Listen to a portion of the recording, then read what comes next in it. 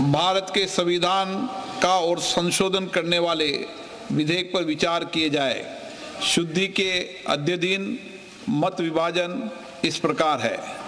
हाँ 298 298, ना 230 230। प्रस्ताव संविधान के अनुच्छेद 368 के उपबंधों के अनुसार सभा की कुल सदस्य संख्या के बहुमत द्वारा तथा सभा के उपस्थित और मत देने वाले सदस्यों के कम से कम 2/3 बहुमत द्वारा पारित नहीं हुआ। अब इस संविधान संशोधन पर विधेयक पर आगे की कार्रवाई करना संभव नहीं है। अतः संघ राज्य क्षेत्र विधि संशोधन विधेयक 2026 तथा परिसीमन विधेयक 2026 के संबंध में आगे की कार्रवाई पर निर्णय लेना है। माननीय संसदीय कार्य मंत्री जी। Honorable Speaker sir, besides the Constitution 131st Amendment Bill, we have two other bills, namely the Union Territories Laws Amendment Bill 26 and the Delimitation Bill 2026, which are intrinsically interrelated with the Constitution 131st Bill. So it cannot be viewed from the isolation. स्थिति से माननीय सभापति महोदय, जो नतीजा आया है, ये इतना ऐतिहासिक और महत्वपूर्ण बिल पर देश का महिलाओं को अब सम्मान अधिकार देने का जो बिल है, उसको विपक्ष ने साथ नहीं दिया। बहुत खेद की बात है और इस ऐतिहासिक पल को आप अपना एक मौका था, आपने गंवाया है।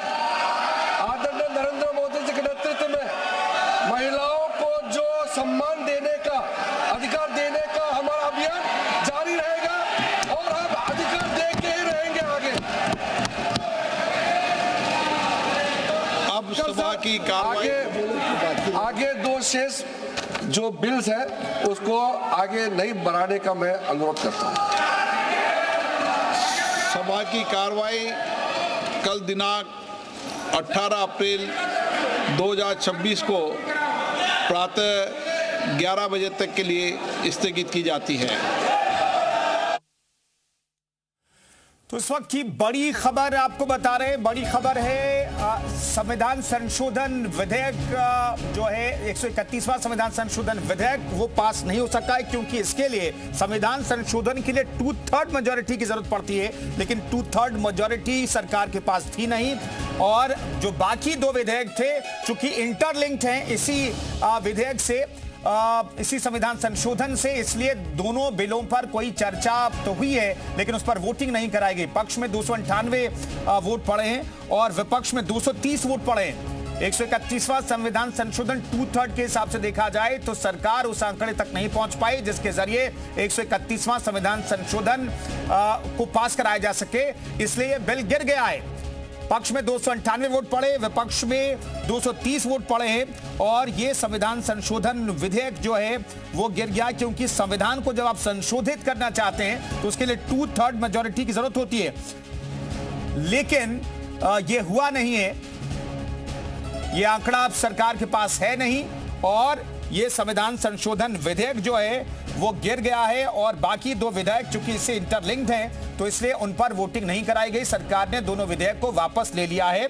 किरण रिजिजू ने दोनों विधेयकों को वापस ले लिया है। लोकसभा में महिला आरक्षण बिल एक तरीके से खारिज आप मान सकते हैं, क्योंकि महिला आरक्षण बिल को एग्जीक्यूट करने के लिए 3 विधेयक लेकर के सरकार आई थी, जिसमें 131वां संविधान संशोधन भी शामिल था। लेकिन अब ये जो है 131वां संविधान संशोधन खारिज हो गया है, क्योंकि इसमें बहुमत का आंकड़ा जो सरकार को पाना था वो सरकार जुटा नहीं पाई बहुमत का आंकड़ा, इसलिए ये संविधान संशोधन विधेयक जो है वो खारिज हो गया है, पास नहीं हुआ है।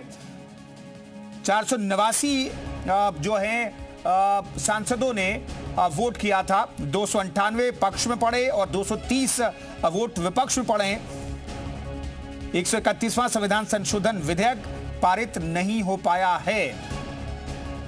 पक्ष में 298, विपक्ष में 230 वोट पड़े और ये कुल मिलाकर के फिगर निकल करके सामने आ रहा है। 298 पक्ष में और विपक्ष में 230 वोट पड़े। कुल 528 सदस्यों ने मतदान किया। 131वां संविधान संशोधन, इस हिसाब से इस तरीके से देखा जाए तो 2/3 मेजॉरिटी सरकार के पास नहीं थी और इसलिए यह संविधान संशोधन विधेयक खारिज हो गया है, लोकसभा में पारित नहीं हो पाया।